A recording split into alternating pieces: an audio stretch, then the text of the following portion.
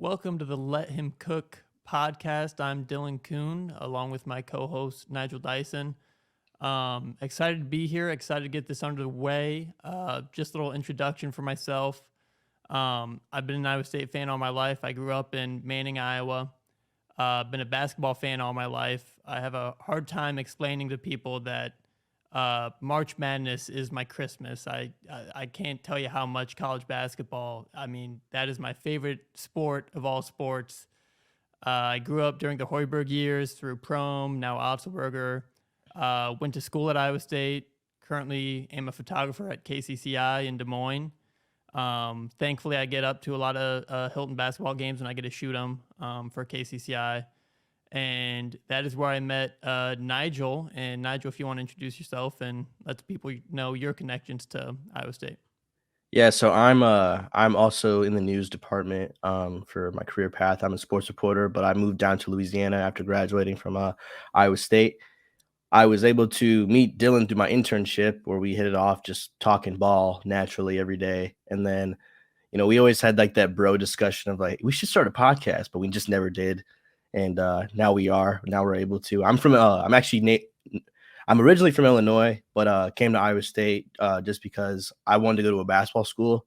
And I told Dylan this off camera too, like that Oklahoma game where we upset Buddy Hield and those guys. I mean, that was the first game I saw that made me want to come to Iowa State. And then I also spent a year as a manager my sophomore year for the basketball team. So been a basketball sicko my whole life. Now I'm living the dream, given to cover it normally, just this time for LSU, but I'm still gonna stay true to my roots, and I'm happy to be joining Dylan and being able to cover Big 12 basketball too. Yeah, that I just watched it again like last week, that Hilton Magic YouTube video. I don't know how many views it has, but I might be like half of them. I watch that seriously like twice a month with the Mercy Brent Musburger call on that whole breakaway dunk. I mean, that is probably my favorite game ever. And when you told me that was your kind of reasoning for like putting Iowa State on your map, I felt like a proud older brother because Oh yeah. that game was awesome. But let's get in to a little bit of this year.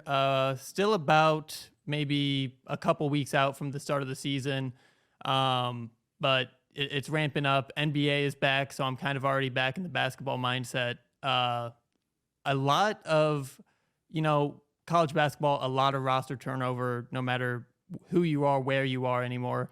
I want to start with the returning players. And start with Tamin Lipsey. Almost any little blurb you see about Iowa State basketball coming up this year has something about Tamin Lipsey and his perimeter shot, which towards the end of last season became kind of a weakness for our offense. You saw defenders start to sag off him on the perimeter, daring him to shoot it. That's been a huge point of emphasis for him this offseason. And another thing I've noticed, just kind of a cool part of my job, we get there before the games, hours before, and we see the warm-ups, we see everything. And I've seen him practice this maybe 15-foot floater, just this little runner, over and over and over. And he doesn't go to it super often in games, but I'm expecting him to really lean on that shot. And I know it's not a three-point shot, but I think it'll spread the offense enough. What do you think Lipsey needs to do to kind of take that second step as a sophomore this year? Yeah, I mean, you kind of hit it on the head, just talking about emphasizing the shooting aspect of it. But, you know, aside from that, it's mainly to a certain degree, it only being a sophomore, it's also being that guy. I know he's not the most vocal guy, but if he can kind of amplify that aspect to his game, it could unleash a lot of potential in teammates like Demarion Watson, who I think showed huge strides last year. I also, like you said, just shooting. That we can't have going deep into the gauntlet of the Big 12, having a guy on the court that just cannot shoot or people are daring to shoot. It's kind of, you're a Nets fan, so you know the Ben Simmons rule. I mean, we can't have that for our school. And it's definitely I watched Taman in high school. I know he can shoot, and I know as a freshman point guard, you kind of just don't want to make mistakes. You don't want to be too brash in your decision making. So it just comes down to developing that confidence, and that confidence goes through repetition and work throughout the summer. And from what I've heard, it seems like he's been putting in that work. So hopefully we can see some results this winter. The other thing too, I think in the past 10 years, people have kind of forgotten you can be a really good point guard without being, a 40% 3-point shooter. Right. Especially our generation, we have Kyrie, we have Curry, we have all these point guards who are kind of shoot first mentality. And even if you go back to Tyrese Halliburton as a freshman and even the start of his sophomore season, he's just naturally a pass first guy. I mean, that's just what he looks to do when he has a ball in his hands. And I think it's the same for Lipsy. He's just a traditional point guard. And it's almost uncomfortable for him to be like, okay, I need to get my shot going. He's thinking about how can I help my players, who's cutting, where's the screen coming. And then he does so much on the defensive side too. I just think giving this extra year for him to grow in the offseason where he can kind of lean into his offense, his shooting ability will be huge for him. The other guy I'm really excited for is Trey King, who was a beast at Eastern Kentucky, getting about 20 points a game, rebounds. I mean, a grown man. And it's easy to forget that he didn't play the non-conference schedule or most of it last year because of an NCAA transfer, waiver, whatever. And starting your Big 12 career in the Big 12 schedule is a tough thing to do. I mean, that's the best conference there is, and going night in, night out against top 25 teams, that wears on you. And for him to have, kind of a easier transition into that, I think will be huge for him. And I think he was taking steps towards the end of the last season to be, a star player for this team. Is there anything that you want to see from Trey King that you saw either at the end of last year or maybe something new that you want to see to his game? Nothing new really, but more so just like I just want to see it more, you know. There were times where ironically, we'd be in the wide right group chat and we'd just be like, I'd be like, bro, let him cook. Ironically, that's a guy you gotta just like he's gonna come in spurts.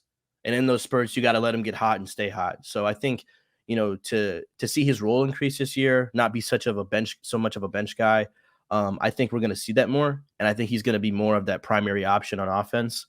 The thing I like about him too, is he's just not afraid of the moment. Like we're in Hilton against Kansas and, he has a huge game, making huge plays for us. So I just want to see more of what he's already doing so well, if that makes sense. Yeah. And two, like, I think he'll be looked at as a leader on this team. I mean, upperclassman. He was here last year. He's been to all these crazy Big 12 arenas. He's seen a lot. Last year, that team went through a lot of adversity. And I think that's kind of priceless. I think that goes a long way for the next season. And he's so versatile. A lot of these, that's kind of the key to this team. There's so many guys that are so versatile. They can do a lot. They can shoot, they can play defense, they can rebound, they have good size, just physical, just dudes, as we would say. Kansas State head coach Jerome Tang, he said, we just got some dudes. We got dudes. And when you look at the Iowa State roster, it's deep, it's everywhere. I'll just kind of name the other returners. We got Robert Jones, Hassan Ward, Demarion Watson, and of course the chief energy operator Conrad Hawley, who did get playing time at the end of the last season. That was kind of Otz's promise. He said everybody's going to get playing time. If you want minutes, here's your chance to earn them. But after the whole Caleb Gross situation, right? It was against Baylor. It was kind of just like throwing haymakers as much as you can at Scott Drew. But go on. So kind of between Robert Jones, Hassan Ward, Demarion Watson, which guy out of those three kind of sticks out to you as a guy that could be a big contributor for this team? I think Watson. Watson's a big guy on my list. I think he was just, those kind of guy, those role players that just like they need a corner three. I think he's a corner three away from like being just that consistent player that you really can't. You got to play kind of straight up because you don't want to fully close out on him, run him off the line because if he can knock down a shot, he's also athletic enough to get to the rack, and he's just a beast on the boards already. He's not afraid. Him also not being afraid of the moment as a freshman will go in there and kind of do the dirty work. So I think if he can just emphasize kind of like Taman working on that jump shot, being that, we are a deep team. We're also very undersized at the end of the day too. So I think if we're all able to kind of stretch the floor, it makes us just more of a threatful offense and a more threatening team. And Watson was a guy I thought he might transfer. he has so much skill and so much potential that I thought he might go somewhere that, they could promise that, you'll be a starter from day one. You'll be able to kind of be, a big player in our offense. Super glad that he came back because, like you said, at the end of the last season, I mean, there was times where it felt like we had to have Demarion Watson out on the court. Switchable defender, very athletic, very quick, especially for his size. So, yeah, I think he could take a big step. And then the other guy I want to shout out, who I've been hearing good things about all offseason, is Hassan Ward. Bulked up over the offseason. I think added about 20 pounds. Big, I mean, athletic. And to me, I can't remember a lot of times when he had a bad play, when I was like, man, what are you like? He wasn't given a bunch of responsibility, but what he was asked to do, he went out and did it. Offensive rebounds, putbacks, finishing around the rim, screens. I mean, just kind of the pivotal big man off the bench role. But he did it well, and I wouldn't be shocked if he starts a couple games for Iowa State this year. Yeah, no, I was big with Aiden on this. Was last year, like you said, he didn't have a lot of responsibility, but I also think given that he made the most of his opportunity, and with that we saw a lot of great things from him. And he's another guy you just want to see more. And I think with guys like Kalsher and other vets on the team, it's just hard to kind of rotate guys consistently all the time. But to see that he's put on weight and that he could potentially be starting at the 5 makes us a very threatening team, because he's not your average 5 guy. I mean, he's a guy who, if he's playing the 5, he can also pick up a guy at full court, 94 feet, and just give you hell, all day. So I think that's really scary when I think about that defensively, to have 5 guys on the floor at all times that are really mobile and just not afraid to move. And are capable of moving. So I think too, just adding that strength is only going to add to his athleticism too, especially off the bounce. Can't forget last year that tremendous dunk he had against Kansas State. Dude took off from it looked like the Sioux Cup logo. Yeah, it was crazy. But he's going to be an exciting one this year, and to see that he's definitely improved physically is just even more exciting. You and I shot a lot of high school basketball last winter, and that's one of my favorite parts of my job, especially when these guys end up going to Iowa State. I shot a lot of Taman Lipsey, shot a lot of Omaha Blue last year, and that's where I want to start. I got to shout out my boy Cade Kelderman. We even got some Cade Kelderman there. You're right. We did a lot of Waukee Northwest games. So just Omaha Blue, the one that stands out for me, and I was at this game, when he went East Bay between the legs on a breakaway dunk.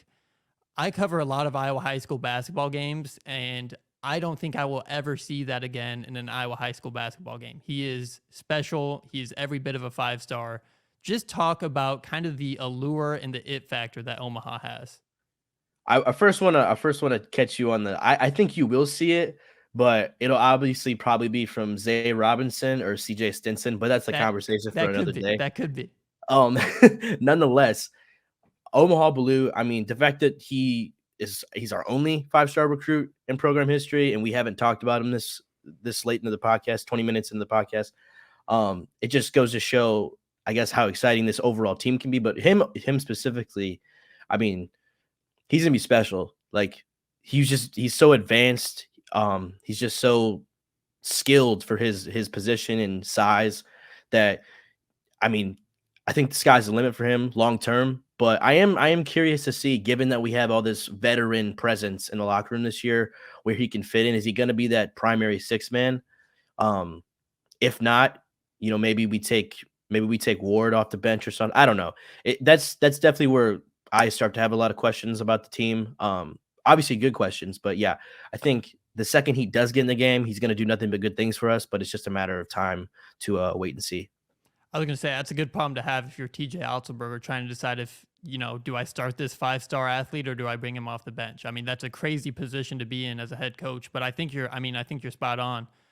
The Big 12 is if you're 22, 23, 24 years old, those are usually the best players in the Big 12. It's hard for a freshman. It can happen, but it's hard for a freshman to really break through and be like that guy on a team in the Big 12 just because of how old the Big 12 is as a conference. Okay, I'm going to get this name right. I've been practicing all night. Milan Momcilovic.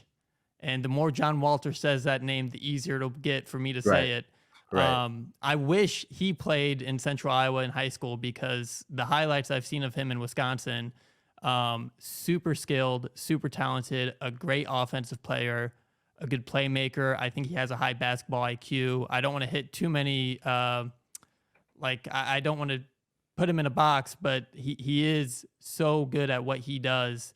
And I think he could get similar to what Demarion Watson minutes last year. I think in spurts he'll be able to play, but I'm hoping he's a 2 to 3 year guy. I think he'll eventually be in the NBA, but the more years we can get out of him, the better. But I think those two freshmen, especially Omaha, will probably see the most from this year. Is there any other freshmen, or do you have anything about Momcilovic that really excites you? Again, I mean, to think that those two guys are probably going to come off the bench Yeah, game one is crazy. Uh, I don't know another maybe in a parallel universe they're most likely starting. This is so that just to be in this situation is crazy. But you know what I love about Milan is he's so big in his ability to shoot. You yeah, know, I just think he's going to be able to stretch the floor. He's going to have probably a better impact from a shooting standpoint than maybe a Watson, given his size. And like we were talking to Chris, me and Aiden were talking to Chris about this off camera because I was just curious, and he said that you know, those guys are probably going to be his NBA guys, is right. Milan and Omaha. So I'm just again excited if we can keep them for 2 years, maybe pull a Halliburton, that'll be Yeah, crazy because both of them potentially could go top 10. You right. know, maybe Milan fall into like the teens, but nonetheless, I mean, it's really cool to see that we have all this talent on top of that veteran presence, and I think Milan is again going to crack the top 8 fast, just because shooting is a necessity, especially in the Big 12. So I'm excited to see what he can bring to the table, but his shooting definitely is what stands out. And then I don't want to forget JT Rock reclassified. So we have 5 freshmen. I'm not expecting. I mean, JT Rock is huge. He's a 7 footer. Honestly, I don't remember the last time we had a 7 footer. I can't recall off the top of my head. It's rare to see Wisconsin 7 foot.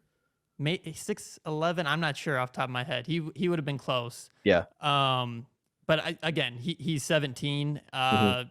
He has a lot of room to grow, both physically and in basketball. So I'm not expecting a whole lot of JT Rock minutes. But again, Yeah, another I highly heard he's gonna touted redshirt. recruit. Yeah, and that wouldn't surprise me at all. I think he just wanted to get, no offense to high school basketball in South Dakota, but I think he just wanted to surround himself with kind of higher caliber talent and just kind of get into this mode a little early, which I think is a great idea. I don't knock him for that at all.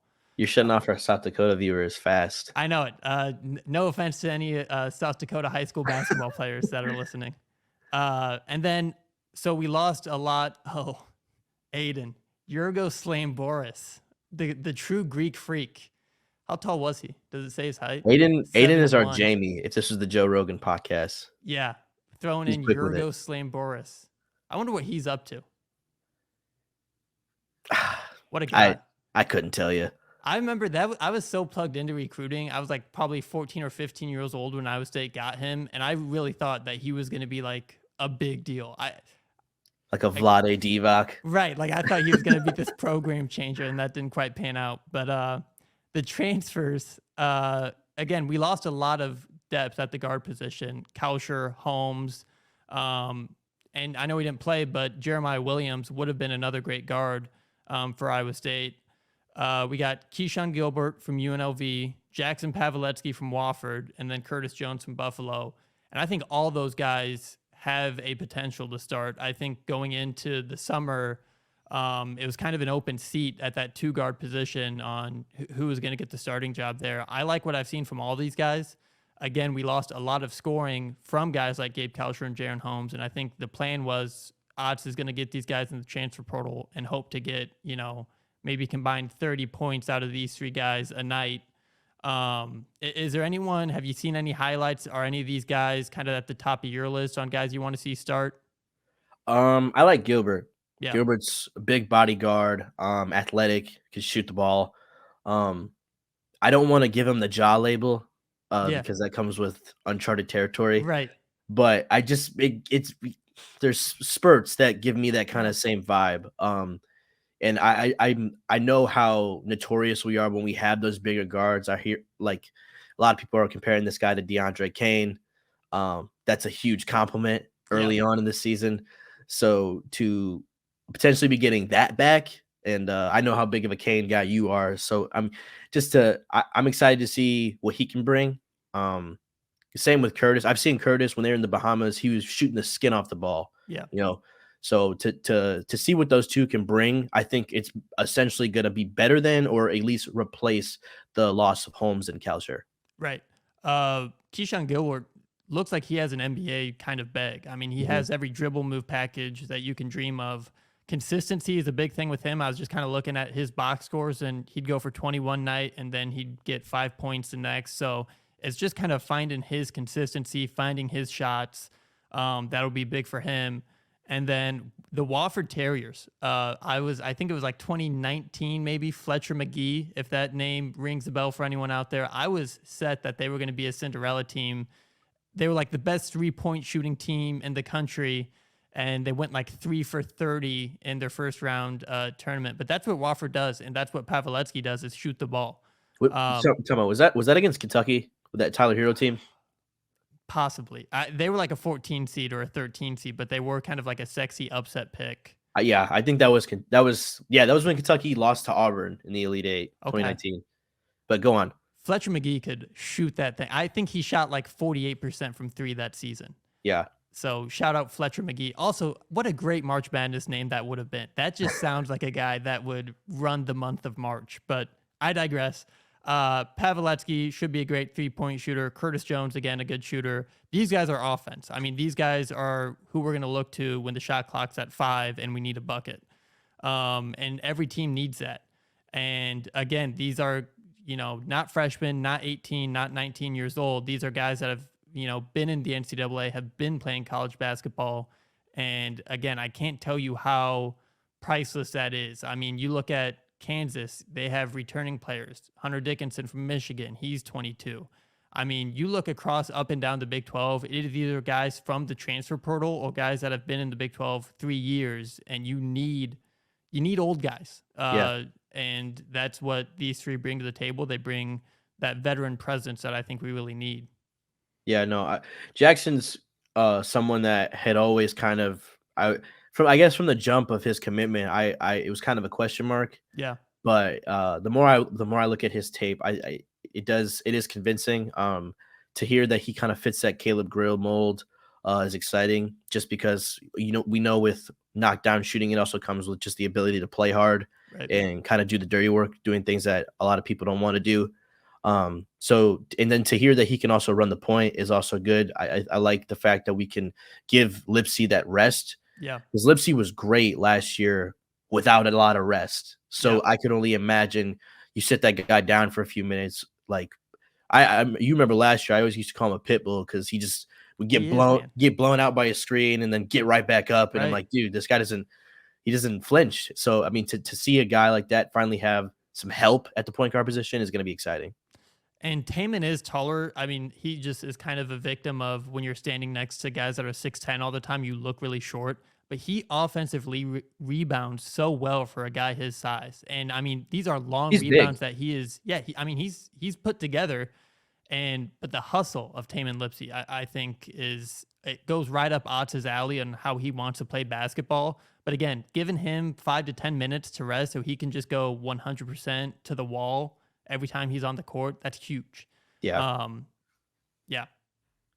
Yeah, no, he's something that definitely he's probably the person I'm most excited to see this year outside of Omaha. Right. And it's also just cool.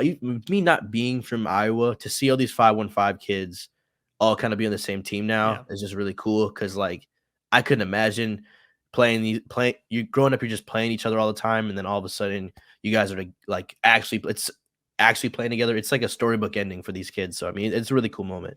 And that's what Otz, he said, look, I'm going to go after Midwest kids. We have a lot of guys from Iowa, Minnesota, Wisconsin, Illinois. I mean, that is kind of where he said, I'm going to set up shop here and I'm going to get the best there is. And that's what he's done. I mean, a 5-star out of Iowa, historically, that has not gone Iowa State's way. No. Roy Williams, I'm surprised he didn't go back into coaching so he could recruit Omaha Blue away from us. But I'm so thankful that we got him because I think he is the perfect 5-star for our program. I think you get a lot of 5-stars that they have the MBA in their sights and they're like, I'm at college because I have to. I really think Omaha wanted to be a Cyclone and he wants to play defense. And we got really lucky with the 5-star we got in Omaha. Yeah, and I think too, like there's a lot of Omaha Blues at those blue blood schools. Yeah. They fill up those wing possessions fast. There's a lot of 6'8", 5-star, like to a Kentucky or a Duke. That doesn't really raise a lot of eyebrows. It's kind Yeah. of like the usual. So I think that was the main recruiting pitches. Hey, you can be the only Omaha Blue here, Right. and like you said, the defense that he can bring every day, I think, is gonna be wonders for this team. And obviously, how much of an impact he makes already within his class because when he was at the All-American game, that's all people were talking about was how impactful he is on defense. And for someone to be that locked in for a pretty much a high school all-star game, like you want to just defend, right. Like the guy's built up here. He's built different, and that's what I've been told about him. Just throughout people who have said nothing but good things about him. A lot of the best defenders, of all time, they just like their brain works a little bit differently than the average brain. Like Kevin Garnett, crazy person, incredible at defense, crazy on the court. You know what I mean? Like if you want to be that good at defense, you just have to be wired a little differently. Right. And I think that's what Omaha is. I think that's just his calling card and he's going to stick to it. And I love that. Up next, we got some superlatives, a little bit of a yearbook segment here, just preseason. I got team MVP, most improved, fan favorite, and defensive player of the year on the team. So let's leave team MVP for last. Give me your most improved and probably a returner. Is there anyone, we've kind of talked about some guys that we think could make a jump. Who stands out for you to be most improved on this team? I got a hybrid answer, and it's because it's Watson and Ward. Yeah. Just because it's too hard to pick. It's going to have to come down to actual by the end of the year, that March 5th area of time. It's going to have to see. You're going to have to go back and look at everything, like who gave me a bit more. But I know that's going to be a neck and neck fight the whole year. But yeah, Watson, just because he's a 3-point shot away from being a complete player. And then Ward, to see he's the most physically improved, I could only imagine that just like contributes to every aspect of his game. So definitely Hassan Ward and DeMario Watson. I'm just gonna shout out Tamin Lipsey. I know we've talked about him a lot already, but a lot of people forget he wasn't supposed to be the starting point guard last year. Jeremiah Williams blew out his knee a couple months before the season started. His Achilles. That's what you're right. Achilles. Yeah. And then all of a sudden, Tamin Lipsey's playing 40 minutes a night in the best conference in basketball. So, I think getting that experience under his belt will just really catapult him. And then if he can improve his perimeter shot, I can't think of a more complete point guard that I would want in the Big 12 than Tamin Lipsey. So, if he figures out that jump shot, he can see basketball in slow motion, the way he runs an offense. And that's what always stuck out to me in high school is he could almost decide, okay, now we're going to go on a 12-0 run and win this game. And I think he can get to that level in college basketball as the game slows down for him, as he improves his offense. He'll be able to just like read defenses like a book, and that can really elevate our ceiling too if we have a point guard is that good. Let's go to fan favorite. We have a couple of highlight caliber guys on this team. Is there anyone by, January, February that's, you're buying an NIL jersey of this guy? NIL jersey, maybe Omaha, but I think fan favorite because I think this season's going to be full of highlights. I think we're going to see some Hall of Fame performances from our boy Conrad. I think the bench celebrations are just going to elevate. I think he's going to take his game to a whole nother level.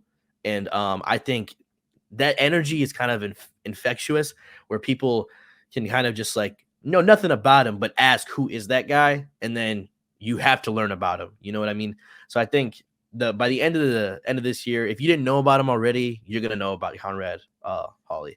Conrad reminds me like when you're in open gym and like just shooting around, and then like the footballer in Iowa, like the wrestling guys come out of the weight room and then they're just like on the basketball court, just like messing around. That is exactly what Conrad Holly reminds me of. Just like he's just there for the good times, and Yeah. like He's the he's football player that turns like they made it to the state championship, so he didn't right. come until after the Thanksgiving tournament, and now he's just playing basketball to stay in shape. Yeah, like this is just some it's seriously, and he did play football at Kansas, so Yeah. that checks out. But it's so cool to see the bench be that hype. It's a little more than just like a fun video to see on Twitter. Just to see, I mean, that almost always reads this team has chemistry, these guys get along. And he is just I would imagine a great guy in the locker room to have for all Oh these yeah. guys. Fan favorite, it's got to be Omaha for me. He's going to be on SportsCenter top 10 more than once this year. He has the highlight plays, whether it's going to be a breakaway dunk or something just ungodly on the defensive end, you know, pinning blocks against the backboard, a steal into transition. I mean, he is just so gifted defensively. He's just going to be a nightmare. And I think it's going to be, you know, unaudible in Hilton after, you know, a dunk after a 6-0 run going into immediate timeout. I'm just already dreaming of that breakaway dunk. So Omaha, to me, he's already my favorite. My brand of basketball is defense. I can't tell you how happy I am that Altenberger is our coach and he's like, this is our identity, because that's my favorite kind of basketball there is. And Omaha is just kind of that crown jewel of defensive basketball. So I'm ecstatic to see him. And speaking of defense, we got Defensive Player of the Year. Again, I think Omaha's a big candidate. Do you have anyone else that comes to you? I think just because he is off the back and get those starting minutes, I'm gonna have to go with Hassan Ward. Yeah. I think he could potentially go away with two awards this year, and those are two of the more awards you can walk away feeling a lot of pride and genuinely feeling like you improved, and other people see it and respect it.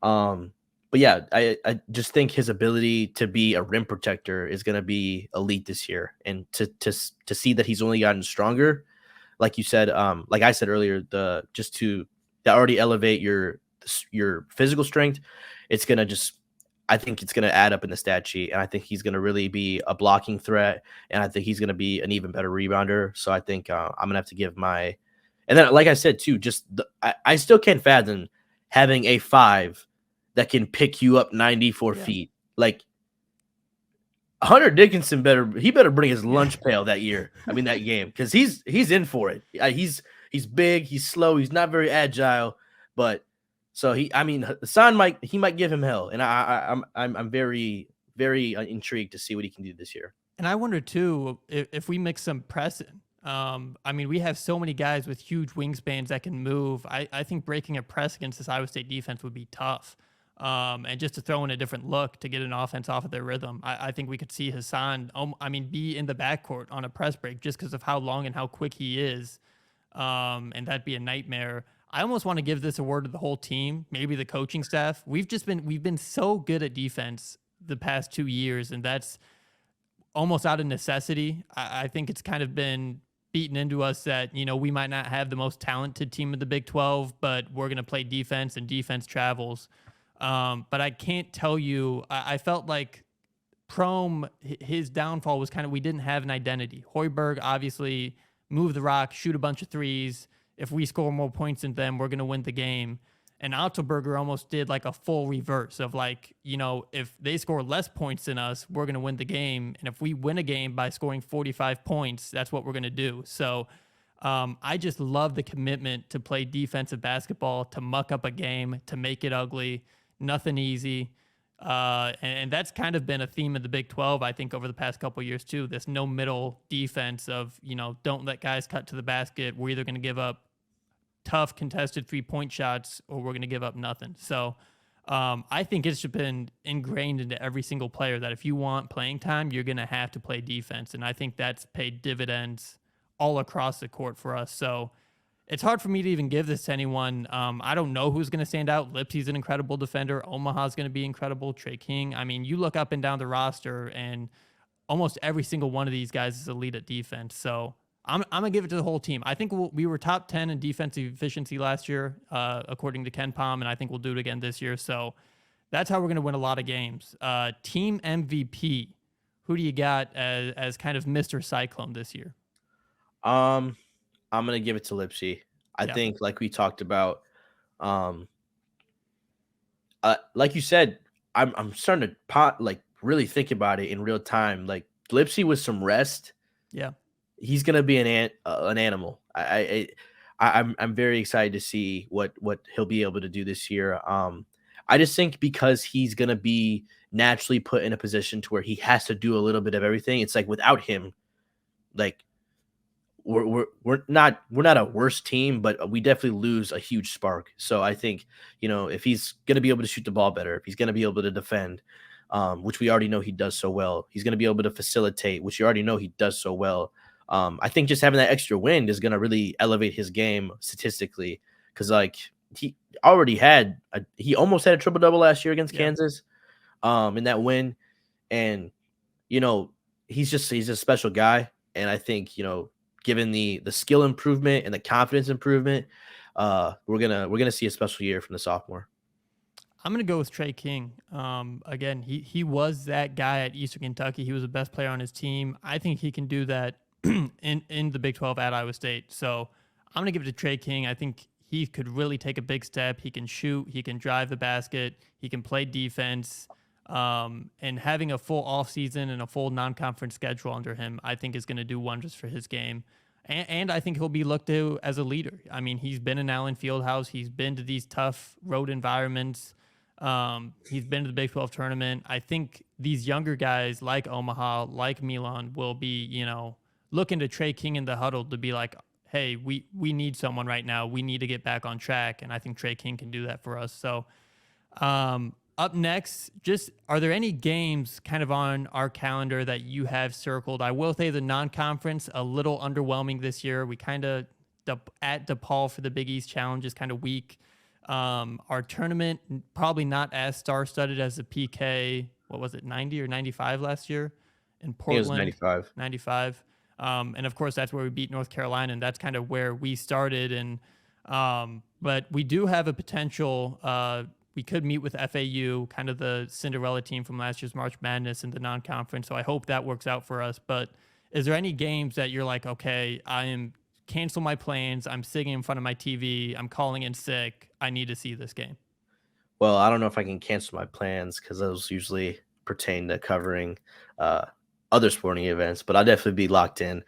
Um, yeah, no, I think I have 6 games circled on my list, and none of them are the new conference members. Yeah, It's kind of like those old foes. It's an old girlfriend, brings back bad memories. right. Texas, Yeah, obviously, for yeah, obvious reasons. That's what I mean by the girlfriend analogy. We got Kansas State. And then on top of that, we got both Kansas games. I think our conference for the last, again, 3 years, what a run the Big 12 has been on yeah, to be the best basketball conference for the last 3 years, since pretty much since COVID. To see that, every year every team is able to reload. I think it's rare that you have a conference with so many quad one wins, and I think right. that's going to compensate for having that weaker out of conference schedule. So, like I said, those 6 games are the circle one on my list. Maybe Houston, Yeah. maybe, but then again, I don't know what they're all bringing back. So, that's going to be an intriguing one for sure. Yeah, the one for me, and I hope we go all out since we're a CBS station, but Iowa State, Kansas in Hilton on CBS. I think it's late January. And I'm hoping I can be on the court with a camera on my shoulder for that game, because that one will be. I mean, I was in some incredible environments at Hilton last year. I was at that Texas game. That was probably the angriest I've ever seen Hilton. And then Kansas State, Marquise Noel. That's when I was like, oh, like this guy is for real. Like I saw him warming up, Dude, and I'm like 5 inches taller than him, and I'm like, I don't know if this guy. And he's that guy. I mean, he had a crossover on Lipsy, and Lipsy is a great defender.